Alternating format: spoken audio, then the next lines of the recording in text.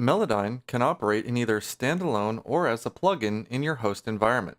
In terms of basic functionality, both the standalone and plugin contain the same functionality. However, in terms of workflow, there are some differences, which we'll cover in depth throughout these videos. Deciding when to use either the standalone program or the host plugin is a matter of personal preference. If, for example, you need to record audio directly into Melodyne, you would use the standalone version, as there is no recording option in the plugin. Recording is handled by your host DAW application for this task. We'll get into the specifics of recording audio in a later video. When working with the standalone program, the workflow assumes a file-based methodology. You will import an audio file, make corrections, and then save to an audio file for later use in the DAW of your choice.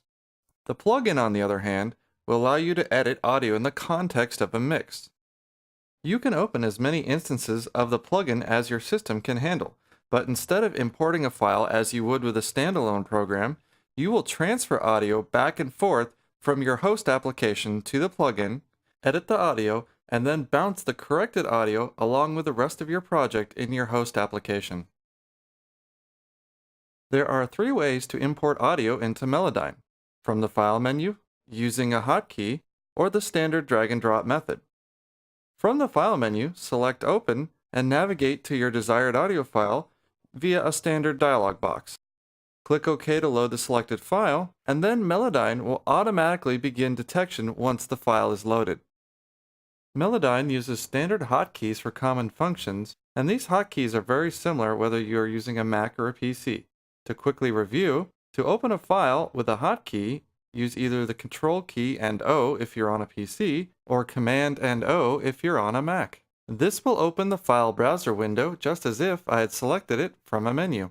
You may also have noticed Melodyne includes a recent history list of open files. Melodyne will store the last 20 files you have opened for quick access, provided you have not moved or deleted them. If you already have Melodyne open, you can open a file directly by dragging a file from any folder location on your hard drive straight into the editor window. As you drag the file into the editor window, an outline will appear, allowing you to place the file exactly where you want on the time ruler.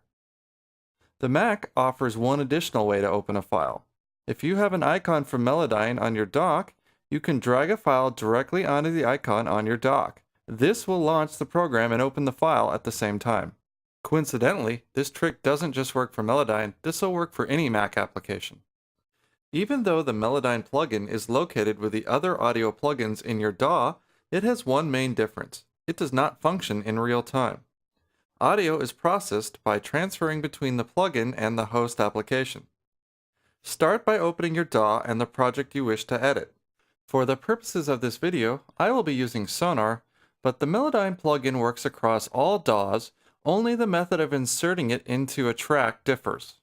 Ideally, the Melodyne plugin should be the first plugin in your effects chain, as Melodyne works best with unprocessed natural signals. Move the playback head to the section you wish to transfer to Melodyne, and click the transfer button in the upper left corner of the plugin to prepare Melodyne to receive audio.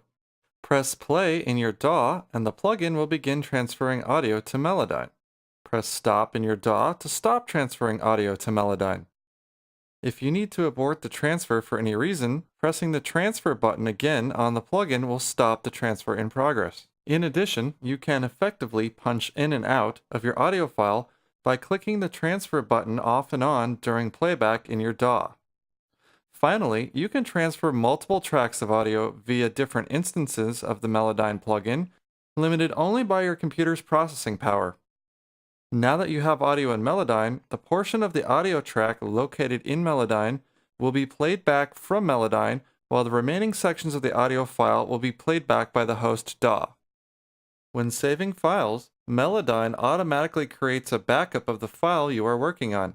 This is the default behavior of Melodyne, and it can be changed in the Preferences section, which we'll talk more about later in a future video. The first time you save a file, the Save menu item will be grayed out, and the Save As dialog window opens, allowing you to choose your preferred file format and type.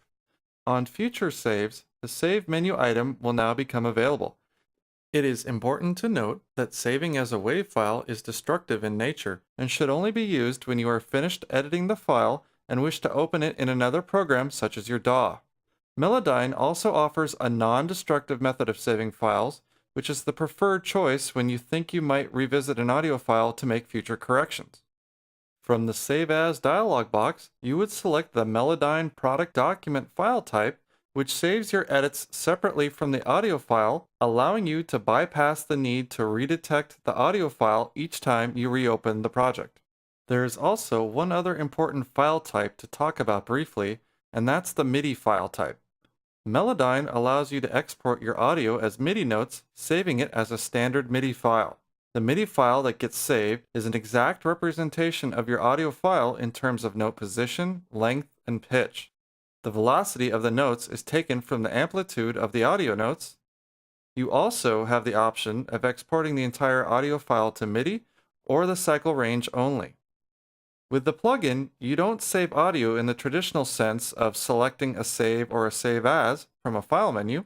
In your DAW, when you are ready to export your edited audio, you would mix down or bounce your audio to a file. This will include your edited Melodyne sections, and then you can remove or disable the Melodyne plugin after your audio is bounced.